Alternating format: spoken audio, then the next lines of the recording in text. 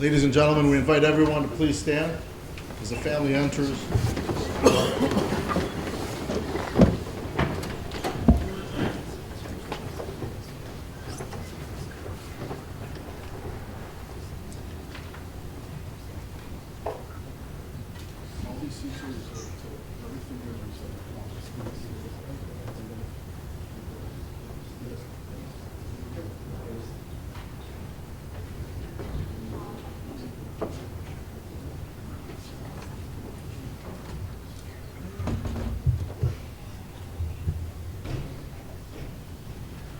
Please be seated. Ladies and gentlemen, Rabbi Aaron Liebtag will be officiating this morning. Please be sure that your cell phones have been turned off as we begin the sacred funeral ceremony for Rabbi Benjamin Shandalov.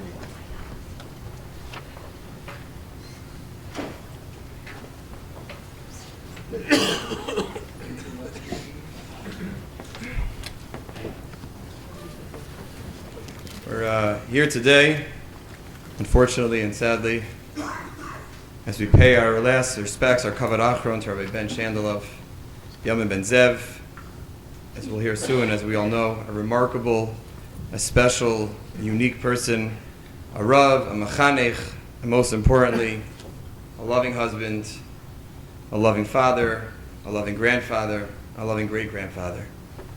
I'm going to ask a few of the grandchildren to come up and recite a few Prakim of Tehillim, and then we'll hear from some of the family.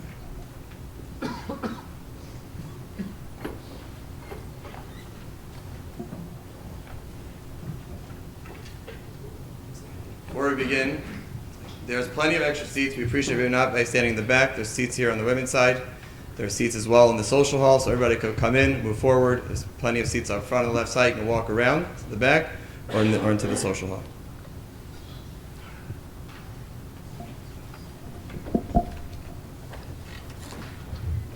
Ashrei ha'ish asher halach b'atzas v'she'im u'b'derech chada'im lo amad u'v'moshav leitzim lo yashav ki im b'saras Adonai chevtzo u'b'saraso yega yomam v'layla v'haya k'etz shasul al palagei mayim asher peryo yitain b'yito v'aleu lo yibol v'chol asher yasa yatzliach lo chen harishayim ki im kamot asher tidifenu ruach al ken lo yakumu rishayim b'mishpat B'chatayim ba'adas tzadikim, ki yodei Adonai derech tzadikim, b'derech rishayim tov v'ed.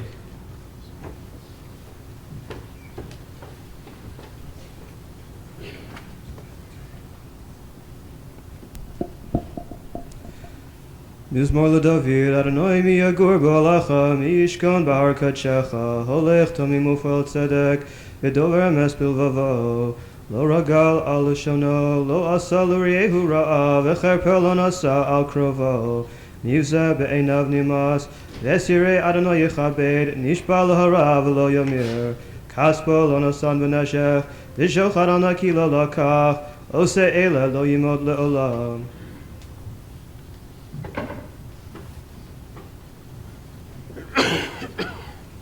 Mizmor l'David Adonai roi l'achsar, binos desha yarbitzeni al menuchas yanaleni, nafshi yeshovev yanchini v'maglei tzedek leman shemo, gam ki elev begeit salmaves, lo irara ki ata imadi, shiftecha mishantecha, hema yinachamuni, taroch lefanei shulchan neged tzorai, tishante b'shem en roshi, kosi revaya, achtov v'chesed yirdefuni kol mechayai, v'shavti b'veis Adonai l'orach yamim.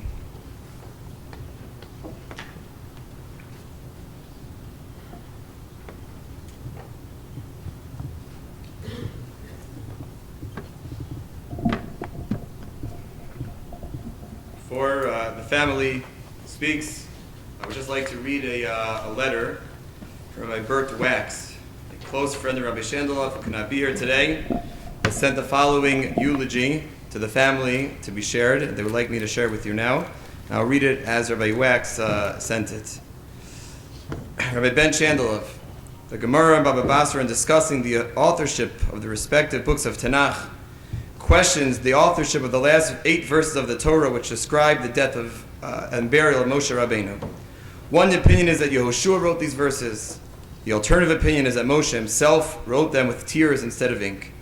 As I write these words, I understand how one sometimes must put down his or her thoughts with tears pouring from his or her eyes. With your forbearance, I'm going to get very personal, as that term best describes Ben's and my relationship. Ours was a friendship that carried over to our respective spouses and families. Simi, Maxima, and I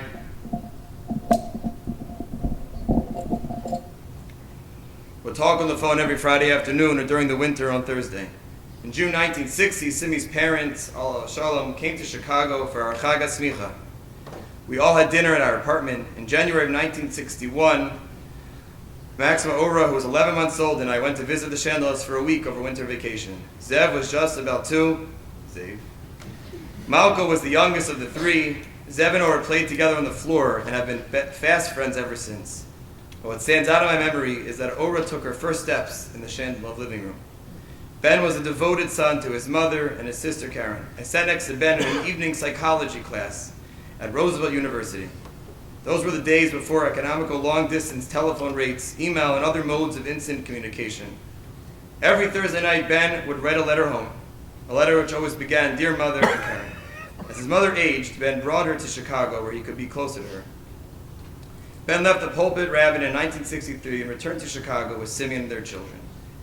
He served as facilities manager of HTC, director at Kem Moshava, and when the CRC created the position of Kashrus director, Ben was called upon as the first full-time director.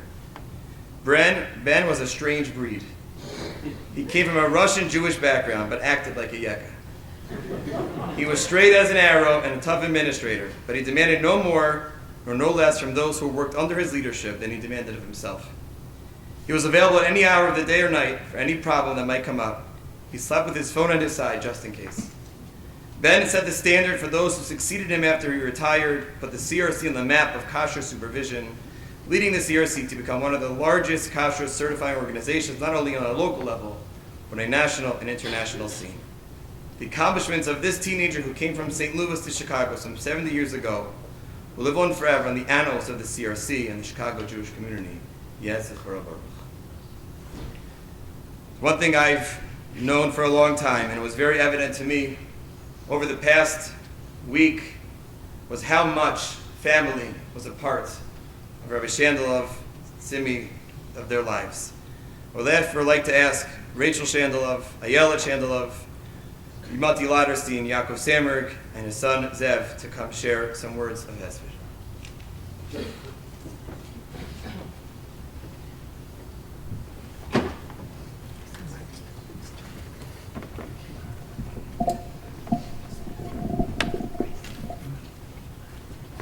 In my last conversation with my Zaidi, we talked for 20 minutes about my job and the fact that the school I work for asked me to teach a public speaking class next year.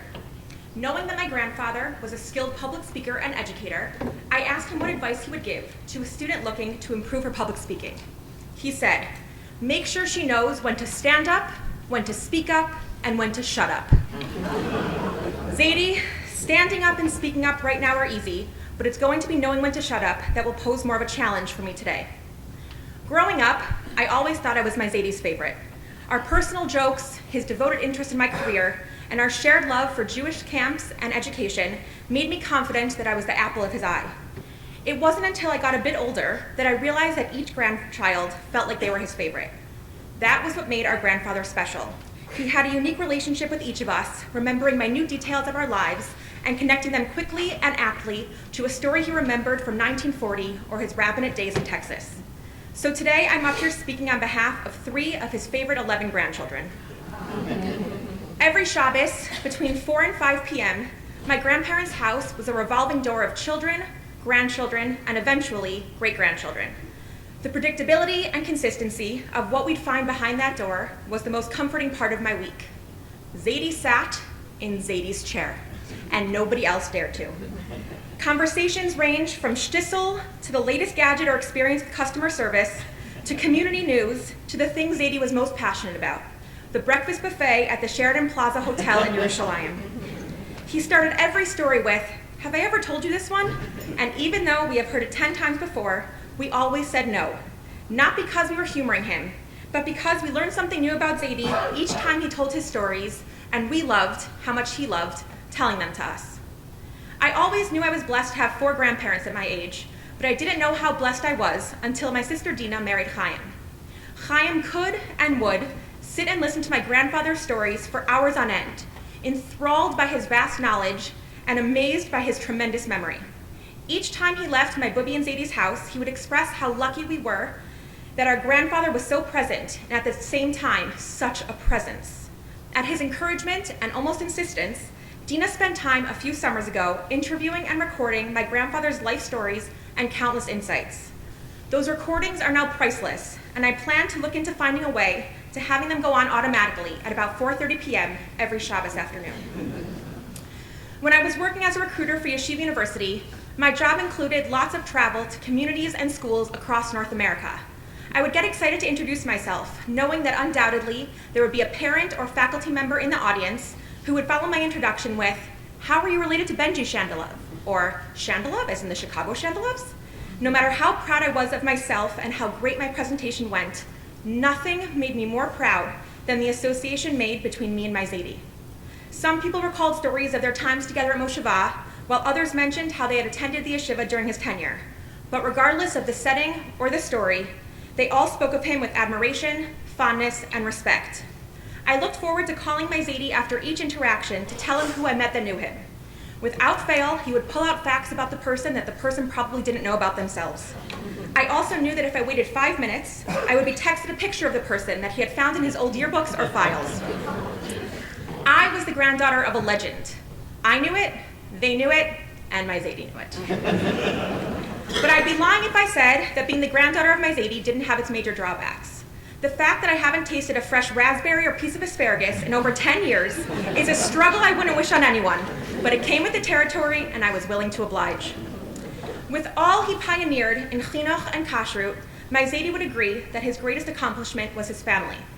Over the last few days, one by one, almost all the grandchildren were able to make it to the hospital to visit my Zadie. Each of us mourned the grandfather, Rav, and friend we were losing, while also reminiscing and retelling some of our favorite Zadie stories or Zadieisms. I know that my Zadie held on as long as he did because he was waiting for all of us to get in from all over the world, and because he loved the attention he was getting. He was never one to shy away from the spotlight.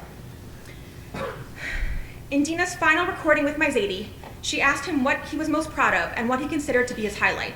Without hesitation, he replied, "Your Bubi." The amount we learned about love from watching our Bubi and Zadie is something we will never forget. They truly embodied what it meant to be married to your best friend.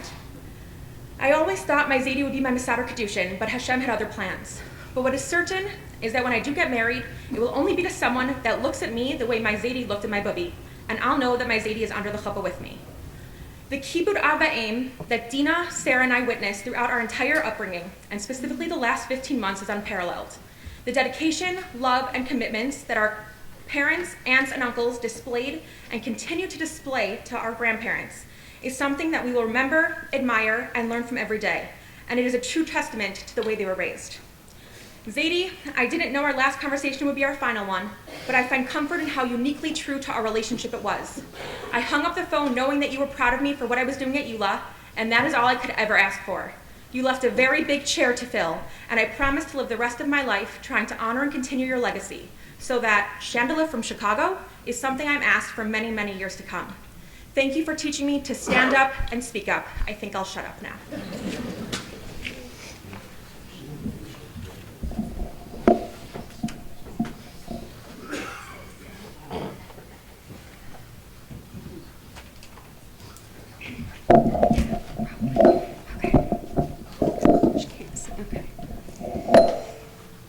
Zadie, I cannot believe I'm writing these words right now. In the back of my mind, I always knew this was inevitable, but I never believed the day would actually come. You were always invincible, so it is so hard to imagine you are gone. When I think of you, one word comes to mind: pillar. A pillar is a word encompassing strength, sturdiness, the focal point of something, all of which are things you were. You were a pillar of the family, the ultimate patriarch and leader. You were a pillar in the community. You and Bubi are the glue that holds our incredible family together. You are who each and every one of us models ourselves after. Sometimes I have moments where it hits me just how incredible our family is. Everyone is there for one another. If something happens, everyone is tripping over each other to be the first to help.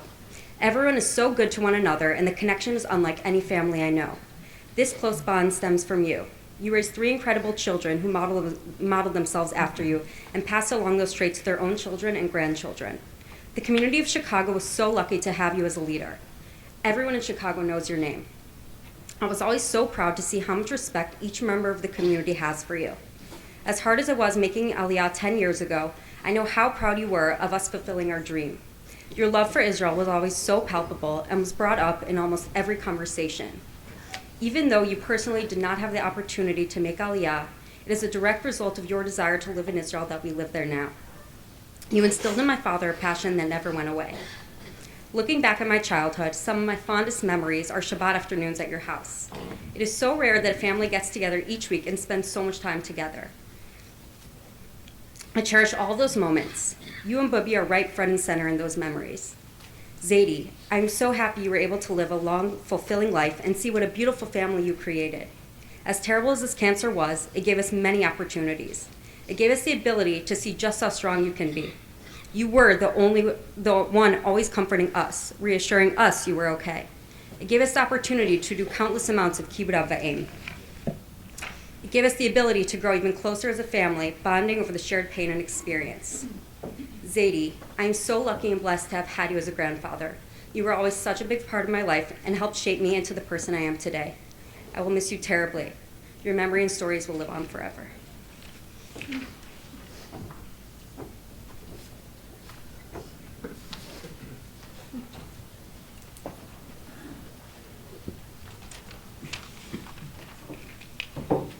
This is not the first time I've written a hesped for my grandfather. The first time I wrote a hesped for my grandfather was 10 years ago. It was June 2009, and I was in a cab on the way to Hartsfield-Jackson Airport in Atlanta. My sister had gotten married several days earlier. She was beginning a new life with a wonderful husband, Yaakov. All the guests from the wedding had already left and gone back to where they had come from. My Uncle Zev and his family was days away from moving to Israel, making new life out there. Uncle Dov and Aunt Melanie had just gone on a well-deserved vacation to the West Coast, one of many as it would turn out. My cousins had gone off to camp, and I was on a work trip in a part of Georgia that was so rural that, I kid you not, the gas pumps at the service stations were literally made out of wood. And amidst all of that came the news that Zadie was rushed to the hospital with what turned out to be a life-threatening case of sepsis that had developed after a routine surgical procedure.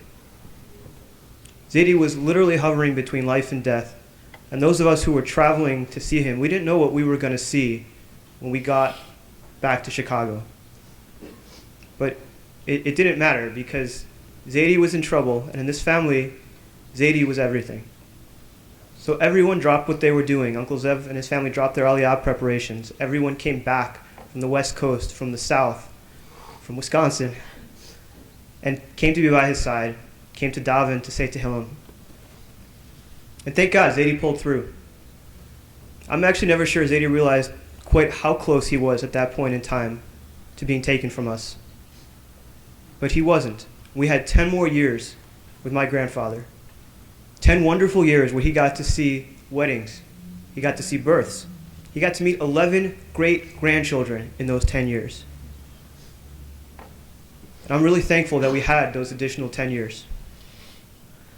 But that incident in 2009, when Zadie first got sick, to me, that will always epitomize and symbolize what my grandfather meant, at least to me personally.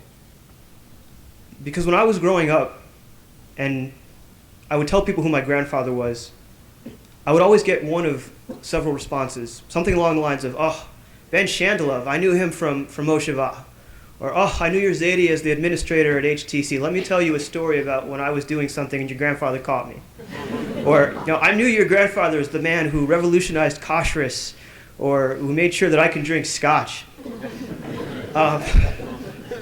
Even when I was older, and I eventually went to meet my future wife's family for the first time in New Jersey. I spent first Shabbos out in Fair Lawn, pretty nervous, wanted to make a good impression, And at Kiddush, after davening, wonderful man, Avi Herzog, actually came over to my future father-in-law, said, "Do you know who this is? This is Ben Shandalov's grandson. Ben Shandalov revolutionized kashrus. This is the guy that came out to visit your daughter." And as it turned out, the shul where my future mother-in-law worked, well, the Rav of that shul remembered Zaidi too, from when he was a boy, and Zaidi was the Rav of his shul in Dallas. So being Zaidi's grandson, it always carried a measure of protexia, cachet. You kind of had you always had something in your back pocket you could pull out. But as great as it was to hear about all that, I didn't actually know my Zaidi as any of those things. I didn't know him as the administrator at HTC or, as the Rosh Moshe or even so much as the CRC administrator. I just knew him as a wonderful grandfather. I knew him as the man who would sit with me in the summer in his basement office, and he would learn Mishnayos with me, he would learn Gemara with me. He wanted to make sure that I was prepared for the school year ahead. So we would learn a Masechta, or we would at least learn the first parak of the Masechta over the summer, so that I could get a head start on what was to come. I knew him as the man who would take me with him on factory tours that he would go on as part of his kashrus responsibilities. And he wasn't taking me there because he wanted to teach me some intricate point in Hilchos Kashrus. He was taking me there because I was an 8-year-old boy. An 8-year-old boy is fine machinery, cool. And it was cool. It was great to see how they made Jay's potato chips or how they made like Blummer's chocolate or Pepsi. And he wanted to spend time with me, and I appreciated that. Maybe not enough at the time, but I appreciate it. And I knew him as the man who would let my brothers and me tear up his lawn every spring, summer, and fall. His prized lawn, which I'm convinced he cared for more than any parent ever cared for their child. He would let us tear up that lawn so that we could play baseball and football because he knew how much we enjoyed that, and he enjoyed watching us. And even as I got older, I knew him as the man who would sit patiently and listen as I would talk to him about struggles I was having in my personal life, in my professional life. And he would always have a word of chizuk for me. Tell me it's going to be okay. This is how I knew him in my life, and this is how I will always remember him. 23 years ago, I stood right here at this Amud. It was Parshas Chayei Sarah, Shabbos Mevorchim, Chodesh Kislev. I gave my bar mitzvah speech that my Uncle Zev was kind enough to write for me. I was not writing that speech. It was good that he wrote it. And one of the parts of that speech I talked about was a quote from Mishlei. The 3-ply cord will not soon be destroyed. Upshot being, if you've got a family with 3 generations of good, righteous people, that's a family that lasts. Now, sitting here today, and address this directly to my family, it's fair to wonder about the strength of our family now that such a key part, a pillar, as Ayala described him, is missing. But I don't think that's right. I think that because of Zaidi's teachings and his wisdoms, we don't have a broken 3-ply cord. We have a strong 4-ply. Still have my Bobby, who is the strongest person, probably the best person I know. That's 1. My mom, my dad, my uncles, my aunts. That's 2. My siblings, my wonderful cousins. 3. And thanks to Zaidi's teachings, his example, we now have a 4th generation, from Mindy's oldest, Akiva Sandberg, all the way down to baby Ella Rabin, who was just born this past week. I'm not Shlomo HaMelech. I'm about as far from Shlomo as you can get, but it seems to me that if you're going to say V'achud HaMeshulash Lo Bimhera Yinatek, it's fair to say V'achud HaMurvat, the 4-ply cord, Lo Yinatek Le'olam, will never be destroyed. I think of all of Zaidi's many legacies, and we'll hear about them shortly, I suspect that this will be his most enduring legacy, and I suspect it's also the legacy that he'd be most proud of. Zaidi, we love you, we miss you, we'll never forget you.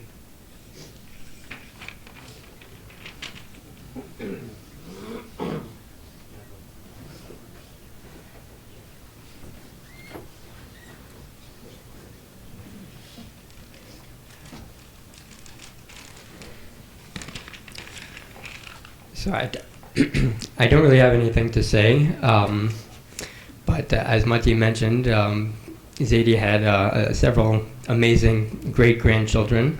One of them, my son Chaim, is 8 years old, had taken an interest in poetry, and Zadie liked to encourage him in this pursuit. So this morning, Chaim wrote a poem with very short notice. I want to point out that it is an acrostic. The beginning of each line spells Zadie Benjamin. So I'm going to go ahead and read that now. Zadie was a great-grandparent. Everyone in my family knows that. I really wish he didn't die. Yes, I wish he was still alive. Because I loved going to Dunkin' Donuts with him. Everywhere I go, I think about him. Never will I forget him. Just because he was so good as a great-grandparent. Many times I think about him. In fact, I always am.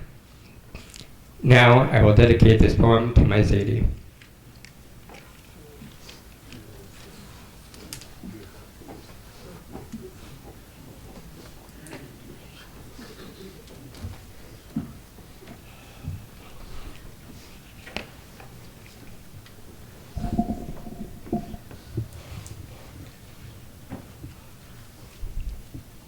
Before I say my divrei hesped for my father, alav shalom, I want to share with you briefly the words from my wife, Andy, that she wrote, I would just say literally throughout last night. Dad, Zadie, from St. Louis, where you lost your father before your bar mitzvah, your mom continued to raise you and your sister Karen in Derech HaTorah. Smicha from HTC, Skokie Yeshiva, a degree from Northwestern, and marrying the love of your life, Mom. A pulpit rabbi in Dallas and Waco and Kansas City, your Torah educational, organizational, and leadership skills were honed.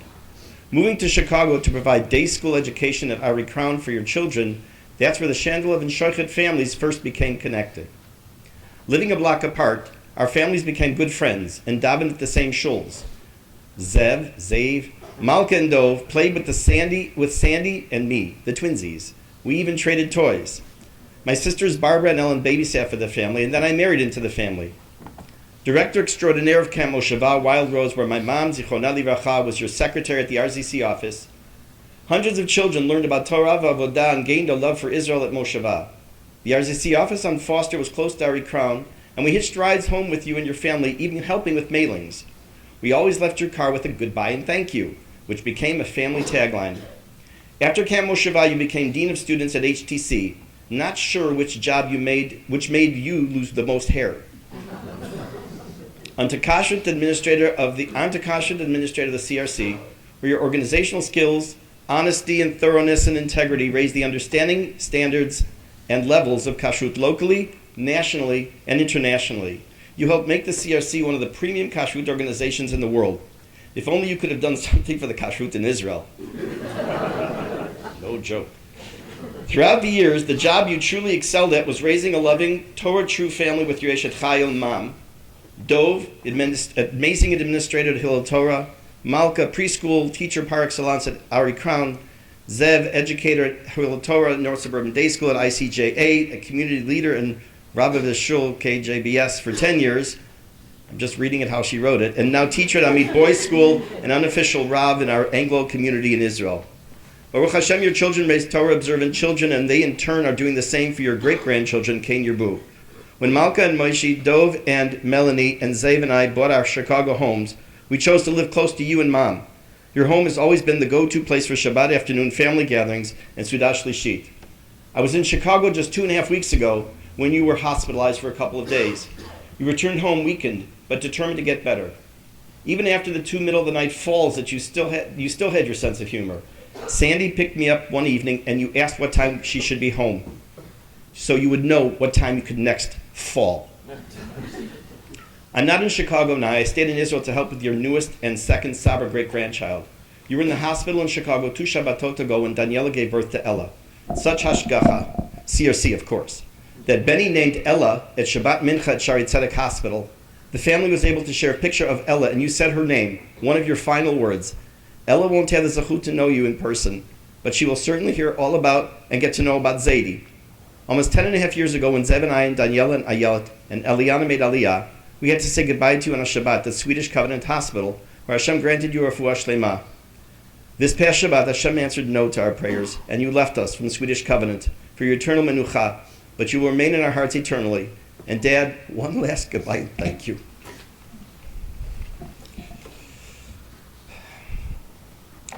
"47 years ago, I too stood at this pulpit for my bar mitzvah.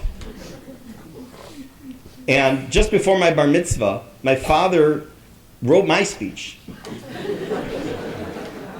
And he asked me to practice, to read it for him. And he asked me to read it, and I started as follows. This is exactly how I read it to him the first time. It is difficult for a bar mitzvah boy to sum up in a few moments' time the many emotions he feels on the day he becomes a bar mitzvah. And my dad, in his very kind, compassionate, full of wisdom statement went, "Oh my God, we have work to do." He said, "You see after the word, it is difficult, that there's a comma, right?" "Yes." He said, "That's a pause." And it became legendary in our family to say, "It is difficult, pause." So today, it is difficult. I have stood at this pulpit prior to Rabbi Litab, for whom I will mention later, we have in the family a tremendous amount of hakarat hatov. And I've spoken many times. This is the most difficult, without a doubt. As you've heard, my father went from St. Louis as a young boy to Chicago 70 years ago, went through Waco, through Dallas, Kansas City, as an assistant shul rabbi. Thankfully, in Kansas City, there were no day schools yet, when it was time for me to start school. And we moved to Chicago for almost 60 years. The impact was felt not only in Chicago, but also worldwide.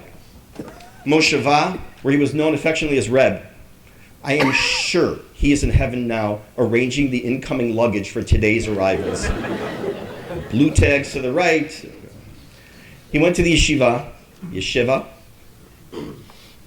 where he had a reputation for being in the right place at the wrong time, as far as all the students felt. And then joined the CRC a number of years later, as has been said here from the pulpit already, where he changed the face of kashrut not only in Chicago, but literally around the world. He founded ACO, the Association of Kashrut Organizations, which started from a very small, modest group of individuals and has led to a very large organization, bringing together kashrut organizations from all over. A number of years ago, I went to Anshe Matla when I still wasn't yet the Rav of the shul, and I walked there for early minyan every week, and then someone had Hagba. And how he did this in the middle of Hagba, I'm not sure. He was in the middle of Hagba, he sat down, and he was having a conversation with somebody on the side, and he was talking about kashrus. And he said, kashrus, it's all payoffs. I was a little stunned. And I thought to myself, he's right. When my dad began this legacy, taken over by future administrators after him, it is payoff. There's a big payoff for all of us, all over the world, and what happened with the world of kashrus. The love of his life, Ma. He met at a place where she wasn't even invited. It was a wedding she crashed, so to speak.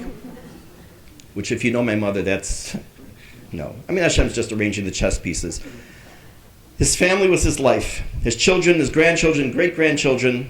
His public persona of a demanding perfectionist was very different in private. He demanded perfection as well, but was a very soft, loving, caring, romantic individual, sensitive and caring. His love for his grandchildren and his great-grandchildren was boundless. Each grandchild, as Rachel mentioned, felt like he or she was his favorite one. And when a great-grandchild had a mitzvah note from school or any other accomplishment that he or she may have made, he was thrilled. It was full of nachas for him. The Navi Micha says, let me back up a moment. When a person goes in for a job, and they start the job on the first day after showing the people where the bathroom is, the copy machine, the coffee, one of the first things you want from your boss is to tell you a job description. What is it you're doing? So the Navi Micha gives us a job description of what it means to be an Eved Hashem. Higivecha Adam Matov, Uma Hashem Elokecha Doresh Mimcha. What is it God asks of us? What is it we're supposed to do here in this world with the time we have? Ki Masot Mishpat, Va'avat Chesed, Vatznei Elecha Tim Elokecha. We're supposed to do the right thing.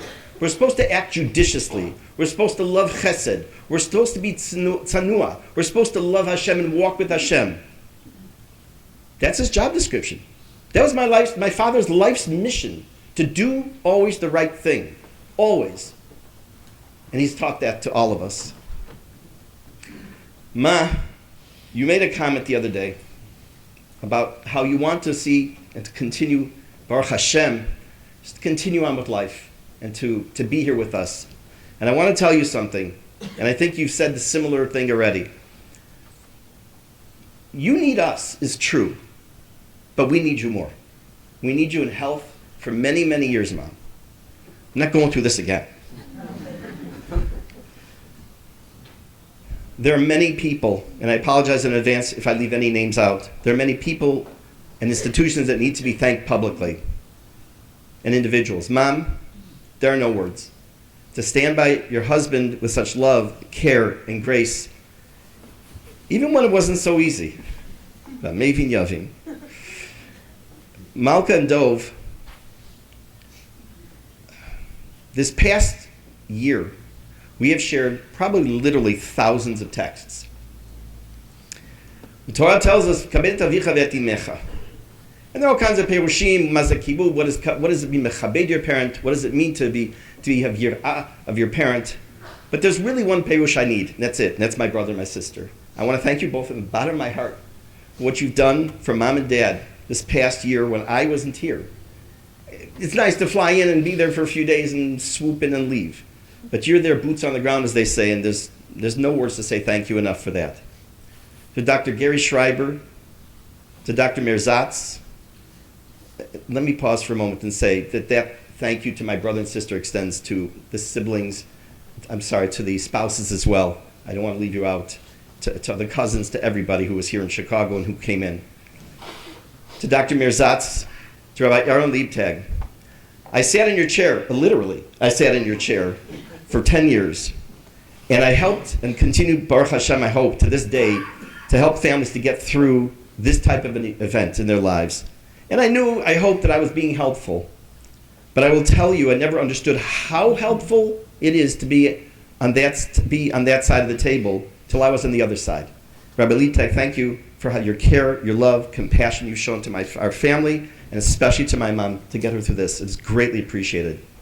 The Chicago Center for Torah and Chesed, the Rafa'enu Society, Chicago Mitzvah Campaign for always the Chesed shown, being in the ICU, meals delivered, the time on the phone, the time and presence, Rabbi Matzliach for his invaluable help, and compassion, and care, and to all of those here present today and who are not, who have shown their compassion and their love for my father, Allah Shalom. Dad, Friday night, and before that also, I and others in our family asked you for mechila. And there are definitely reasons to ask for mechila. I ask you publicly for mechila. I love you. I will miss you. But I will feel that, as others have said in the family, you're with us constantly. I know there's going to be the time when I'm going to pick up the phone to tell you, do you know what I just saw? Or do you know what I just read? I know that's going to happen. And it's going to bring me both sadness and joy. Sadness because I can't talk to you. And joy because it's the connection and the relationship we have. Malka and Morris, Dov and Melanie, my dear wife Andy, Mati and Yafi, Mindy and Yaakov, Aaron and Rachel, Avi and Chen, Yoni, Rachel, Dina, Chaim, Sarah, Danielle and Benny, Ayelet and Eliana, and his 11 great-grandchildren, to all of you and to myself. I wish us all nechama, comfort that only Hashem can give in a community. It is difficult. Pause.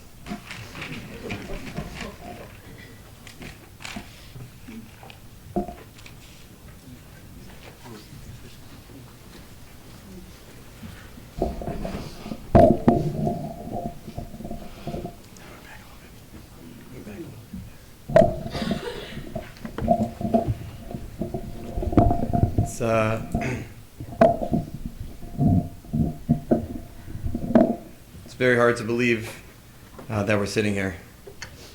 It's hard to believe because a man who fought as hard as he could for the last year and a half, who fought with every fiber of his being over the last week so that he could continue living, so that his family could be around him. And what can I add? There's no greater legacy than a person whose grandchildren and children each speak uniquely about that relationship. That each felt something different and special, whether it's sports, whether it's the careers, whether it's TV. That's, what can I add? I thought a lot since Dov came over on Shabbos morning.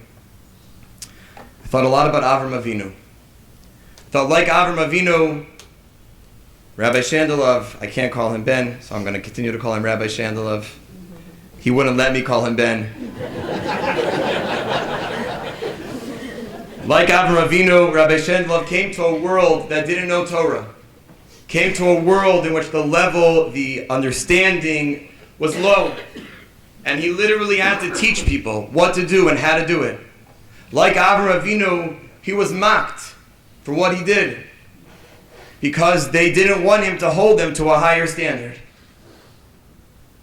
I sat with him 2 weeks ago at the house, and for over an hour, he told me stories about every rabbi in Chicago, about every relationship he had. I told you he didn't let me talk.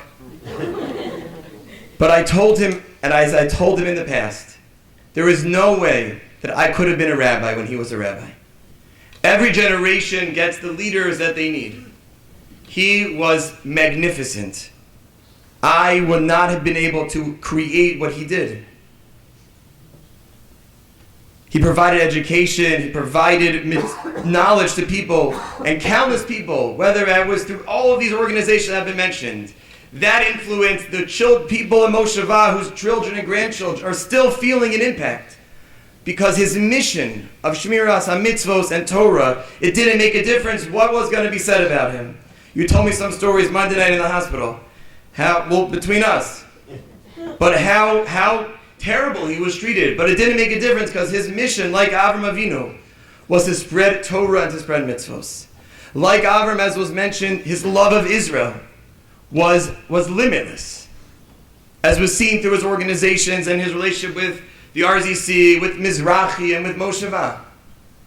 Like Avram Avinu, as Hashem tells him, V'agala Shemecha, what a name. What a name of integrity, of honesty, of respect. And like Avram Avinu, the family was the most important thing. The Torah tells us in yesterday's parsha, Vayikburu also Yitzchak v'Yishmael. At the Gvura of Avram Avinu, they all came together. And Rashi says, Yishmael did tshuva. I'm not telling you which child. You want to decide between the three of you. But I will tell you that seeing this past week, as the family came together, that was the most important thing. And how each child, and each grandchild, and each great-grandchild felt that unique relationship to him. And you told me last night, you don't like when rabbis talk long. You told me a number of times you don't like how rabbis talk long. But if you give me just a minute, I heard just over the past week so many stories that we might have known Rabbi Shandalov as a strong administrator, but as a loving, caring, tender father, husband, grandfather, and great-grandfather. Seeing a family, that's Avram Avinu. They come together, watching, making difficult decisions, surrounded by the matriarch. A family in which the relationships are unique. To watch as your eyes, Rebbitzin, lit up every time somebody walked into the room. They might have thought, you might think the world of them, but I'm telling you, they think the universe of you and of Rabbi Shandalov.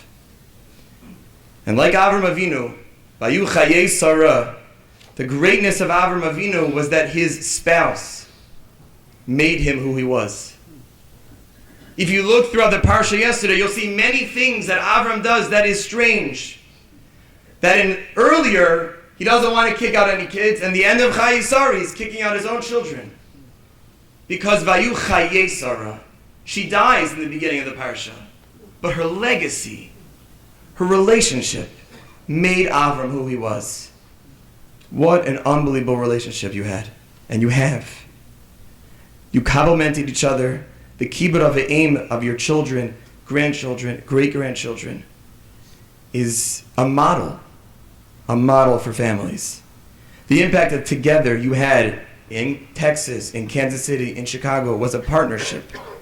And I watched, and I'm being 100% serious, as if it was just me and you in the room, how you held your family together. Pasuk says, "Vayigva vayomas Avram b'seiva tavot sakein v'saveya vayasef el amav." He was gathered because everybody understood the greatness of Avram Avinu. Look at this crowd. Whether this was a Sunday morning or a Tuesday afternoon, this is the legacy. Vayasef el amav. And as been mentioned many times, the impact does not end. It lives on in this amazing family of people dedicated to Tzarchi Tzibor. Children, grandchildren, great-grandchildren just can't stop talking about the impact, the legacy, the feeling of inspiration that you have from being his grandchild and his great-grandchild. So just like Avraham, Binyamin ben Zev was a lover of Israel. He was a lover of Torah and of family. And like Avram, he was somebody who, with his spouse, made each other better and in turn the world better.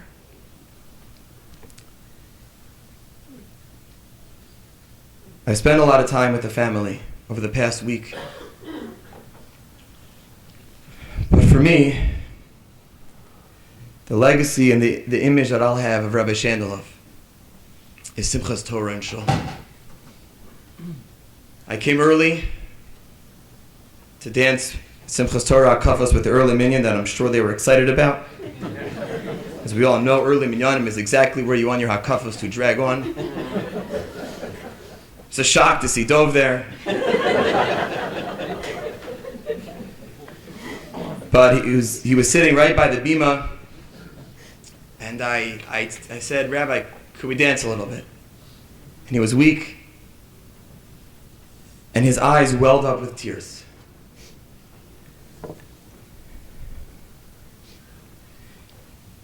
I don't know if you knew this was his last Simchas Torah, because I know that Friday, the first night of Rosh Hashanah, as he came to say Good Yantiv to me and wishing me a Gemar Chasima Tova, he couldn't get a word out. He held my hand, and he cried. But we danced, the three of us together, and I realized, as I look back now, that was everything to him.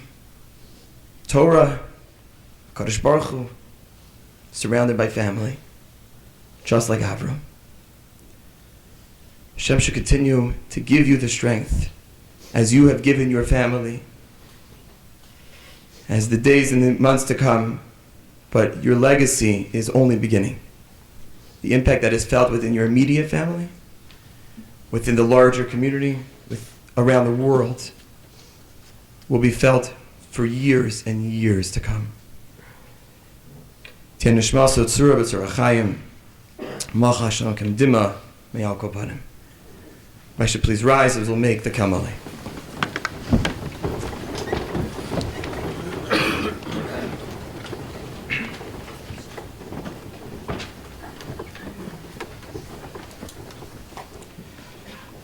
El Moli Rachamim, Shochein Bameramim, Hamitzei Menucha Nechona, Kanvei HaShechina, B'ma'alos, Kedoshim, Utaharim, Kizora Kiya, Mazhirim, Es Nishmas, Binyamin Ben Zev, Shalach Liolamo, Bavur Shanach Mispalin Biaras Karas Nishmaso, Began Eden et Yamenu Chaso, Lochein Abal Rachamim Yasireya B'Seiser K'nafav Li'olamim, V'yitzror B'Torah Chaim Es Nishmaso, Adonai Unachalaso, V'yanuach Mishalom Amishkavo, V'nomar Amen.